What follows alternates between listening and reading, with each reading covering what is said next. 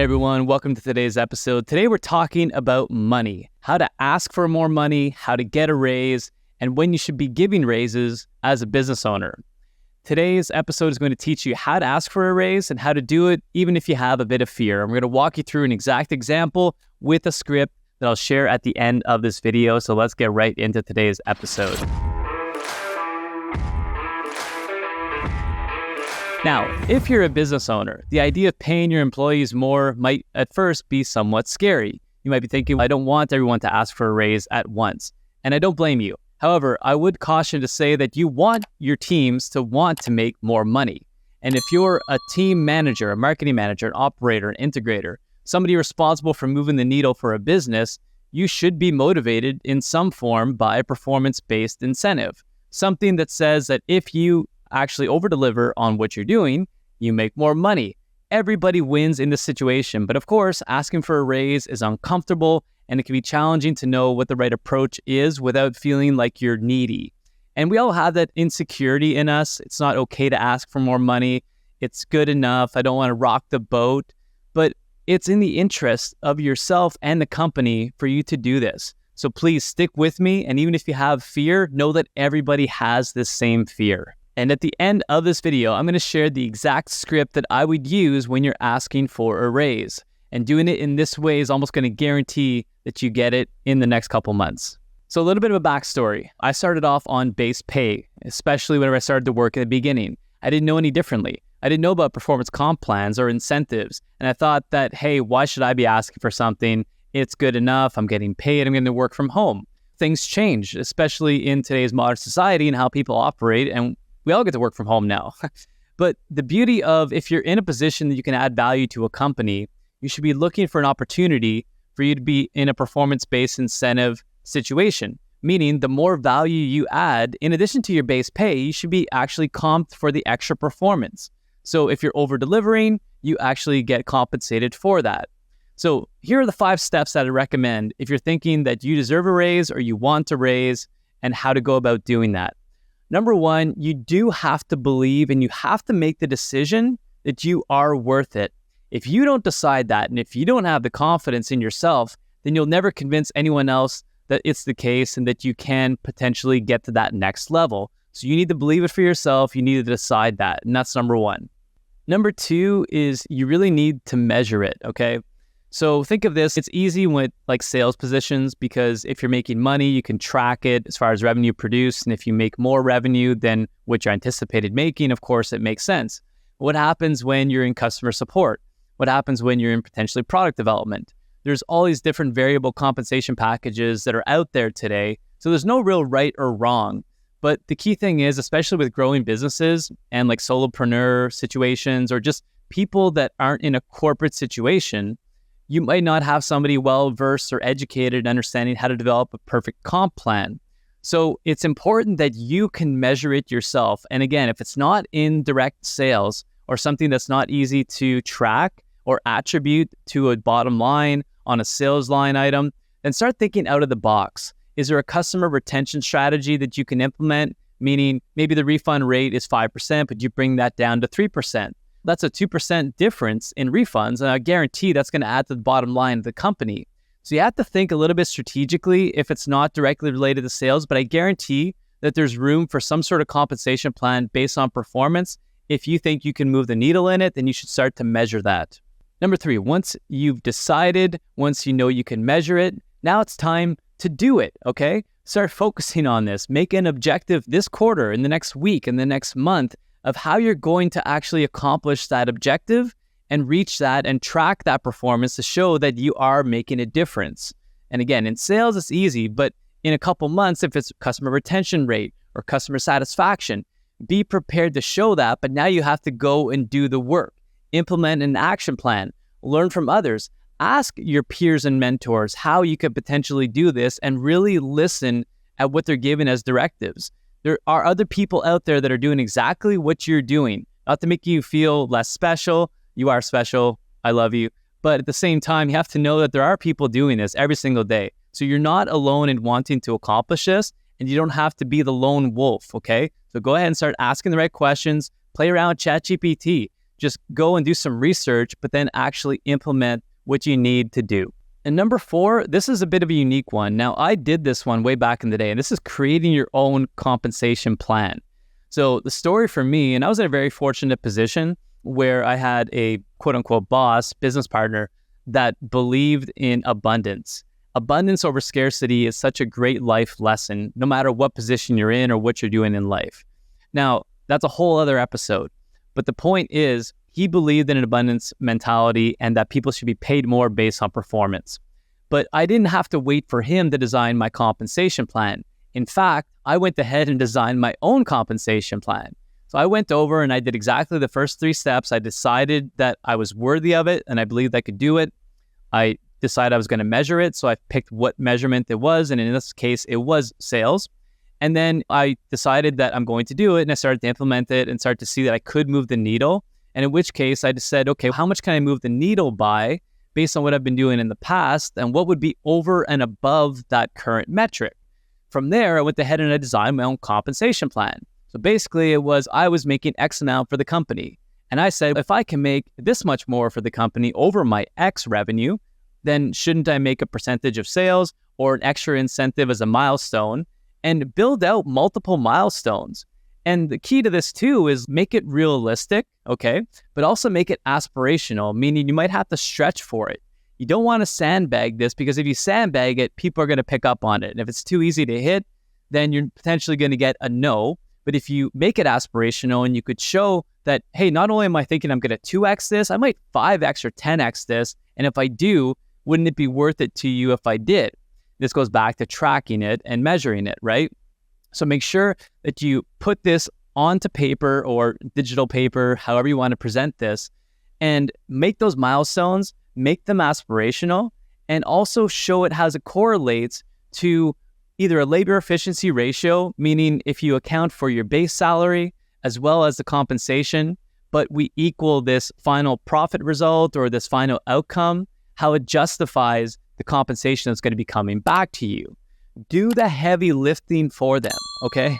Now, if you have a current compensation plan, that's great. You might want to actually start to look at how you can improve that plan for yourself based on what you know and maybe some new things you learned in this video as inspiration. But the point is, don't go to somebody asking them, how can I make more money? One of the fastest ways not to get a raise is to just go up and say, I've been here for X amount of months. I think I deserve a raise. Everybody is in that situation. Given it's a big company, that's a lot of raises just for hanging around and really not doing much. So you want to try to figure out how is it that I can help the company and show that initiative, because that also goes a long way in the eyes of an owner or a manager, a CEO, or somebody that says, wow, this person put a lot of thought into this. They're not just asking for money, they're showing me how they're going to add value. And the key is value and, of course, profits and protecting the bottom line. And if you do it this way, it's a much better approach. All right, number 5. This is the scary one, right? We did all the work. Now we have to ask, okay? We have to actually go and have this conversation. Asking for a raise can be scary, yes, if you didn't do the homework we just talked about. If you just go up and say, hey, boss, it's been a while, I haven't got a raise, maybe I should get a raise. Well, yeah, maybe, but then you're just conditioning yourself that you're going to get raises maybe every 6 months, 12 months. But there's nothing that can expedite or exponentially grow your salary, right? But you can put yourself in control by doing the homework we just listed in items 1 through 4.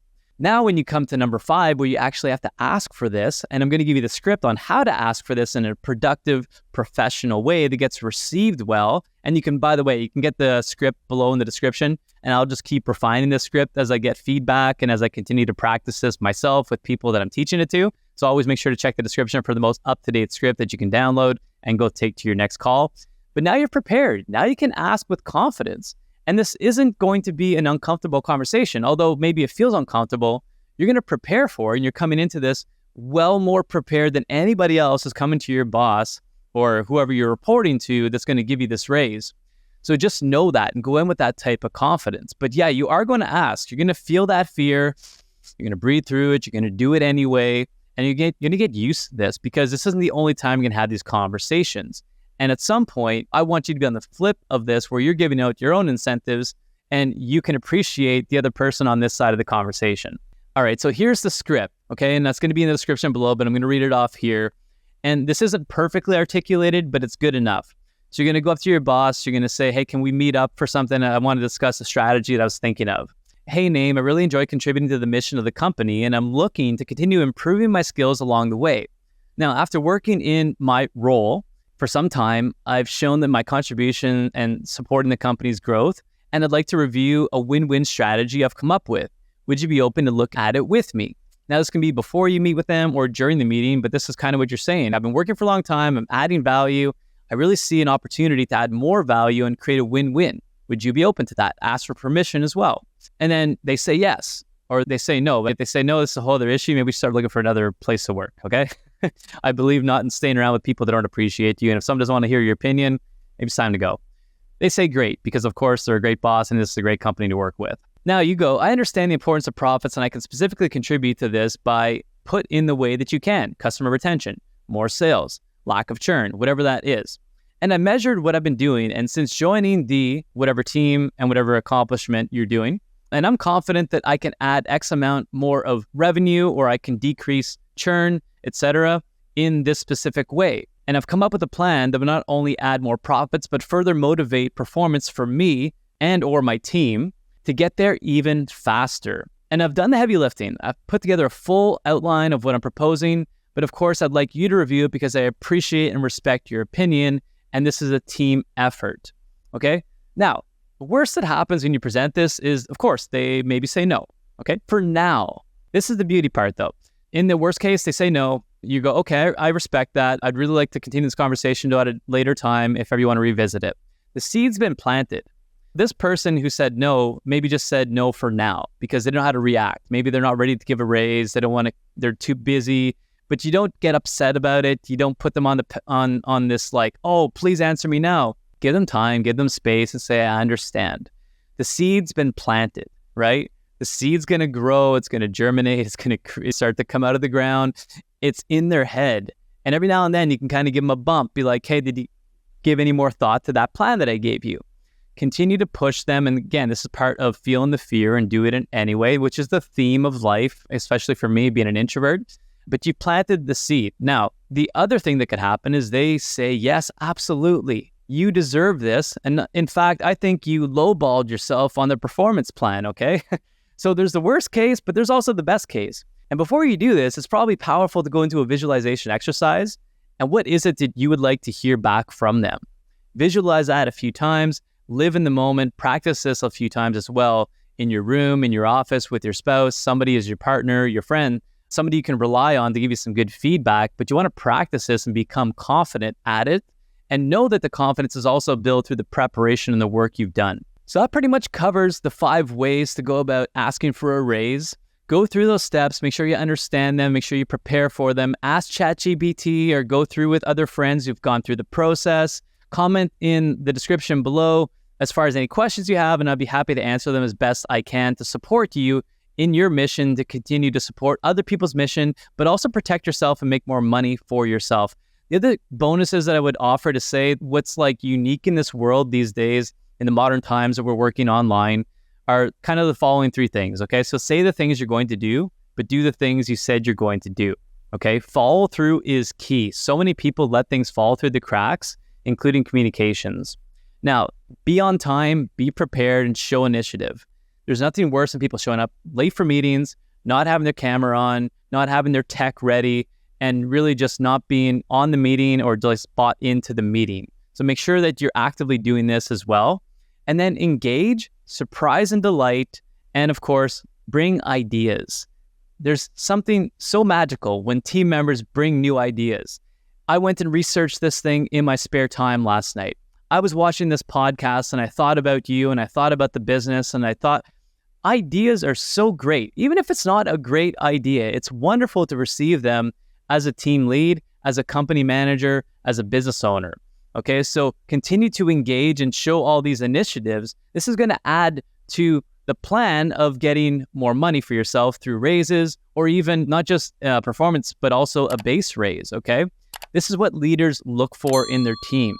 Disengaged employees just phoning it in every day is not going to be the way to continue to, quote unquote, climb the ladder, although I don't like to say climb the ladder because it's a corporate term, but you get what I'm saying. And this video hopefully helped you understand and give you a bit of confidence in going in, preparing, asking for a raise, making more money, living a happier, more fulfilled life. And don't forget today, subscribe to this video. I'm going to continue to put out videos like this to help you make more money, be more productive, and just be happier in life and enjoy the journey.